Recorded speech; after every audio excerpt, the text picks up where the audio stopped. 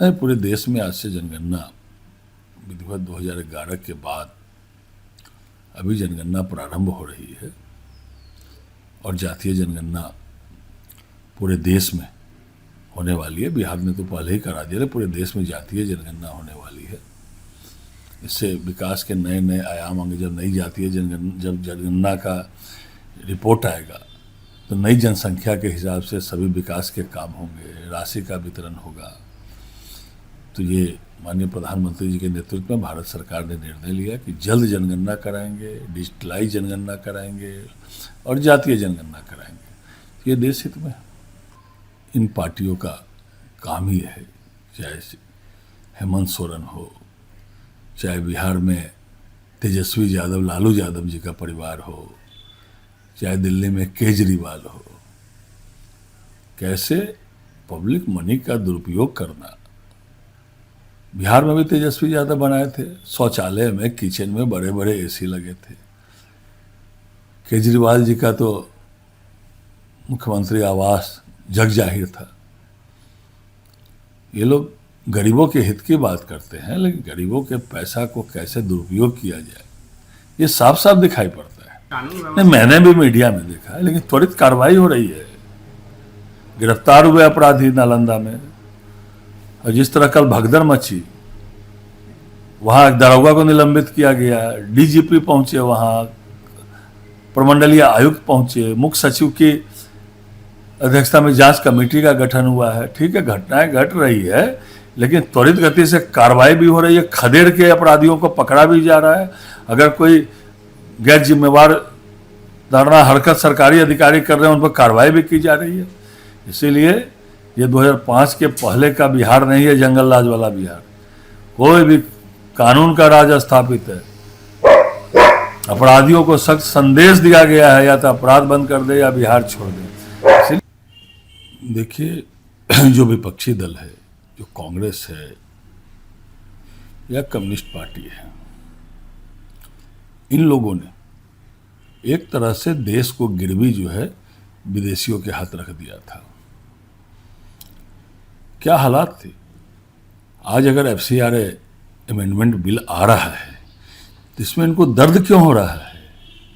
सीधा सीधे इसका उद्देश्य है राष्ट्रीय सुरक्षा और देश के हितों को के खिलाफ विदेशी धन को दुरुपयोग को रोकना है। तो इसमें इनको दर्द क्यों हो रहा है। इसमें जो है, जो भी गैर सरकारी संगठन है, NGO वगैरह है, उसके द्वारा विदेशी फंड के दुरुपयोग में और पारदर्शी बनाना और उनको और जवाबदेह बनाना।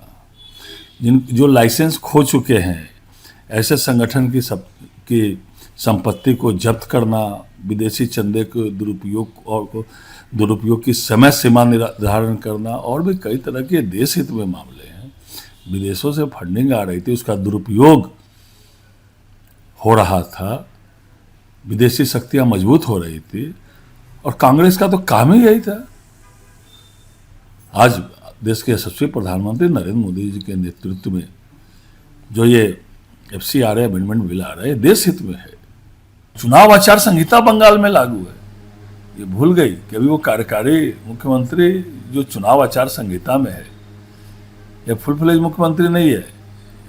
जिस तरह ये आचार संहिता लगने के पहले जिस तरह नंगा नृत्य TMC के द्वारा बंगाल में किया जा रहा था, उनके संपोषित अधिकारियों के द्वारा जिस तरह बंगाल में खेल खेला जा रहा था, दबाव बनाया जा रहा था भारतीय जनता पार्टी के कार्यकर्ता के ऊपर, आम मतदाता के ऊपर, जिस तरह ये अधिकारियों के द्वारा दबाव बनाती है। अब आचार संहिता लग गई, अब तो चुनाव आयोग को सारे अधिकार हो गए। तो न्यायालय में गई, न्यायालय ने तो सही कहा ना, आचार संहिता लग गई है, अब तो चुनाव आयोग इन सब मामलों को देखने वाला है। जो व्यक्ति बांग्लादेशियों को, घुसपैठियों को, रोहिंग्या को, जिस तरह बंगाल सरकार ने बांग्लादेश की सीमाओं को, एक तरह से बंगाल की राज्य सरकार उन लोगों को बंगाल में आने में मदद कर रही, जिसके कारण जनसंख्या आज कितनी बांग्लादेश से आए हुए मुसलमानों की बढ़ गई, वो आप देखिए। ये उल्टा आरोप लगा रहे हैं। असल में हार के पहले की जो घबराहट होती है, वो ममता बनर्जी में साफ दिखाई पड़ रहा है। वो समझ रही है कि अब बंगाल में भाजपा आने वाली है, टीएमसी जाने वाली है, तो अनाप शनाप संवैधानिक संस्थाओं पर आरोप लगाना, जिस तरह चुनाव आयोग पर आरोप लगा, उनको कोर्ट से मुक्ति खानी पड़ी। आज कोर्ट के निगरानी में एसआईआर हो रहा है, तब इनको क्या संकट हो रहा है समझ में नहीं आ रहा। इनको अब न्यायालय पर भी विश्वास उठ गया। आश्चर्य का बात साफ झलकता है। आपके राज्य की खबरें, आपके शहर की खबरें सबसे पहले जानने के लिए देखते रहें अमर उजाला। चैनल को सब्सक्राइब जरूर कर लें और पाएं हर अपडेट।